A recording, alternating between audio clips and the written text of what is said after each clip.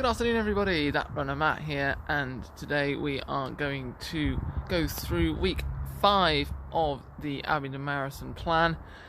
This week is a mini taper for Chippenham Half. If you watched the last video from the Woodstock 12 vlog, which is very likely, at the end of that I had a brief rundown of what's going on this week. And yeah, this is just going to go into a little bit more detail and hopefully the plans for Sunday. So the plan this week is to hit 60 miles, including the race. That'll be a bit down, well, quite a lot down from the last 2 weeks, 85 and 80. So the current total is 30. I did 11 on Monday. Really struggled to get right. I sort of got to one point, I'm like, I could just go home here. It would get me to 7 or 8 and I can make the rest up. But I'm like, no, get the bigger ones done early so I can, take more time, do shorter runs later in the week, be more recovered. Tuesday I did manage to get up to 10 miles, did 5.5 miles worth of a warm-up and cool-down. And then the session that I did 4 lots of 1 mile at, which pace did I do it at? I did it at half marathon pace because that's what I'm running Sunday, so I thought I'd at least get that in the legs to see how it felt. And after the 4x1 mile I did 2x400 at the hopeful 5k, but it's also where I did the 400 it was quite windy, so it was just trying to go to effort as opposed to hitting a proper pace. Heart rate was definitely up anyway. I could definitely feel it. The recoveries for the 4x1 mile, I actually did a reduced recovery. I just felt like it. It felt like the right thing to do. Just get that body, get the stress up earlier and earlier into each rep, and try and hold that higher heart rate. It's something that I've sort of been struggling to do in the recent races since not having work. I'm not sure if that's a psychological or a physiological thing, but when my heart rate gets that high in those races, it just feels that a little bit harder to control it and just feel relaxed even at those higher heart rates. Because I was looking at my heart rate from Chippenham last year, and I'll stick it up here if I can find it. I think I averaged about 193 or something ridiculous. So I was definitely, well trained, and I definitely had that, the mental game to say I can hold this heart rate. But I've had a similar heart rate at Whitney 10 and Woodstock the last couple of weeks. Granted, Woodstock was really hot and both races are hilly, so and of course I've got the mileage as well.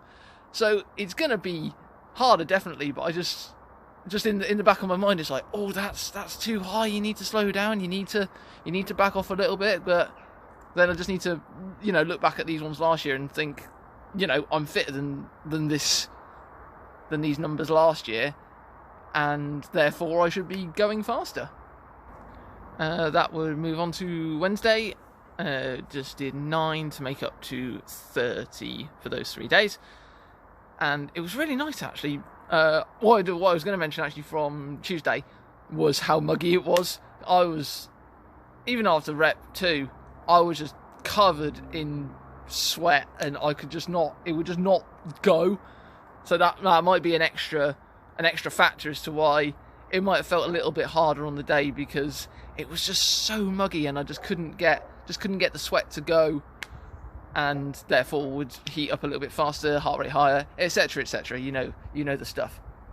So yes, Wednesday was very much less humid, and it's finally, the heat wave's gone, it's cooler. Managed to do the 9 at, it was just over 7s, which is, it's not fast for me, but it's not the recovery, sort of normal recovery pace I normally do. And it's just the best that my legs have felt in a long time. I haven't had, I put it on Strava as well. Most people that watch this follow me on Strava, so you've probably seen it. But I haven't had an extra sleep from doing this mini taper, which I probably should. But in any case, the legs felt really fresh, just the 7-ish minute mile in, the higher, the faster closer to 7s as opposed to closer to 8s. It felt so much just like free flowing, easier in general to do than hitting that pace normally. And again, it just might be a psychological thing. It might just be a one-time thing. I do find sometimes the day after I've done a speed session that I end up going faster on that, even if it's normally meant to be a recovery run, easy run at the very quickest after a speed session. It does tend to feel a bit easier. I'm sure there's some science behind that. But yeah, so that's halfway through the running week with 3 days done, and halfway through the mileage as well with 30 done. Tonight, hopefully I'll get this out before the actual run. It is the Whitney Roadrunners Club Handicap. Wouldn't normally go to club on a Thursday. I really should, especially at the moment. But it's working better for my schedule, going to bed and what have you. Just like keeping that routine. For this club handicap, basically, they don't tell you the route beforehand. They don't tell you they give you a rough estimation of how far it is, just so everyone knows, if they're doing extra and what have you. But then they give you the route on the night. No watch, no timing devices, unless you're really good at reading where the sun is. And then you just predict your time. So, and any time over that time, so say I predicted 30 minutes and ran 30:04, then that would that eliminate me? Which way around is it? Yes, I think that would eliminate me from the running. But so you want to get as close to your time without going over the time. Yeah, that sounds right. So if I was to put down 30 minutes for this arbitrary length of route, then I would want to get 29:50 something would be the optimal time for me to get. Yeah, so it's always nice to get an extra little trophy, but I think I did actually win it back in like 2016. It's been a while, and I haven't actually. I think I missed it last year, so I didn't actually see the trophy. But they're doing a wooden spoon as well, which is for the furthest away. So technically, you could put down, I'm going to take 8 years to do this, and you would win a wooden spoon. That's obviously not within the real spirit of it, but it is a technicality that I'm sure might be done one year, but there might be a rule put in place if whoever organises it watches this, and will put that to rights. Friday will be a day off. It will be just chilling and relaxing, even more than I currently am when I'm not running. Just more job hunting, I guess. Listing products for the SumUp site, which does remind me, I know a couple of people have asked, I have got Lucozade Sport Orange is now on site, so get that now, because I'm sure everyone loves Lucozade Sport. Only orange at the moment. I can't quite find the suppliers or what have you to get the other flavours at the cheaper price, but yes, the Lucozade Sport Orange is on there, so have a look for that. And yeah, apart from that, Friday will just be chill, and maybe if I get some orders, I'll go out and deliver them. Saturday will just be Whitney Park Run.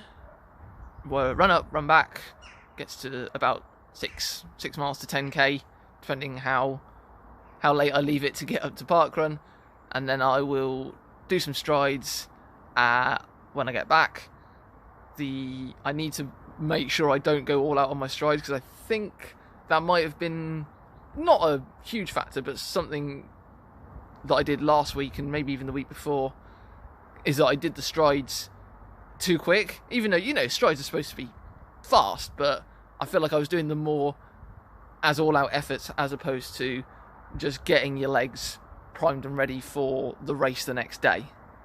So the plan will be to do the strides that touch bit faster than half marathon pace, but not all out. So obviously I need to find that balance, but that's part of running.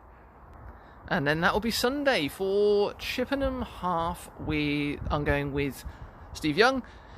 It'll probably be unlikely to get any clips during the race. I do know one of the guys who is marshalling, so I will pop him a message on Strava So I might be able to get one clip from him, but apart from that, I might be able to get a few photos.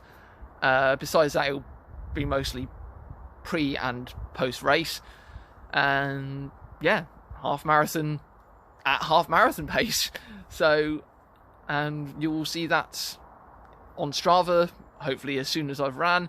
Weather doesn't look fantastic at the moment. Currently high percentage chance of rain and even chance of thunderstorms, so good fun.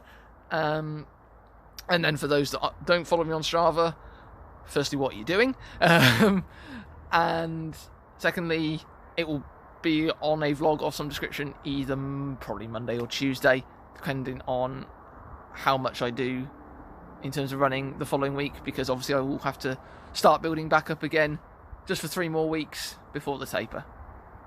So that just about covers it for week number 5 of Abingdon Marathon training log/vlog. If you do enjoy the content, like, share, subscribe, all the good stuff.